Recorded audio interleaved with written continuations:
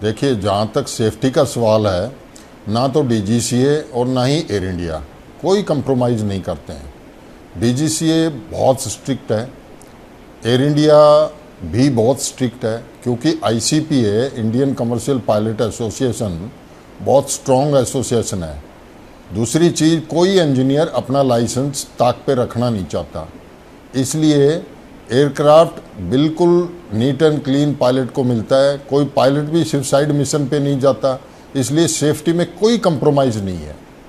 Air India होए या private airline होए, सेफ्टी में कोई भी एयरलाइन। रही रख रखाव की बात, हमारे यहाँ सबसे बेहतरीन रख रखाव का सिस्टम है एयर इंडिया में। एयर इंडिया मैंने 28 साल नौकरी की है। एयर इंडिया में सबसे बढ़िया रख रखाव, सबसे पहला कंप्यूटराइज एयरक्राफ्ट 320 इंडियन एयरलाइंस ने लॉन्च किया था, उस टाइम इंडियन एयरलाइंस थी, तो इसलिए कोई सेफ्टी का तो कोई सवाल ही पैदा नहीं होता।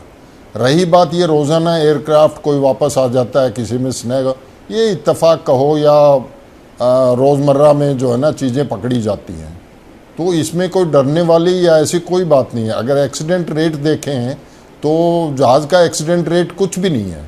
ग्राउंड पे देखिए, ट्रेन का देखिए, बसेस का देखिए और दूसरे ट्रांसपोर्टेशन का देखिए, तो जहाज़ सबसे सेफेस्ट सवारी का मोड है, तो इसमें कोई दिक्कत वाली बात नहीं है।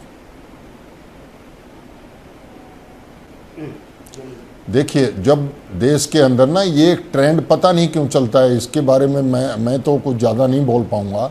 कभी बॉम्ब थ्रेट आती है, चलती रहेगी एक हफ्ते तक। कभी ट्रेन के एक्सीडेंट की रिपोर्ट आती है, चलती रहेगी एक हफ्ते तक।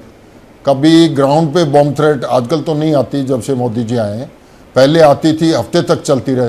तो इसको इत्तेफाक कहें या क्या कहें, ये मैं आई कैन नॉट से ऑन दिस, बट एयरक्राफ्ट का रख रखाव बहुत बेहतरीन है। टेक्निकल स्नैग पे कोई कंप्रोमाइज़ नहीं होता है। एयरक्राफ्ट बिल्कुल एयरवर्दी जाता है और बिल्कुल सेफ एंड साउंड है।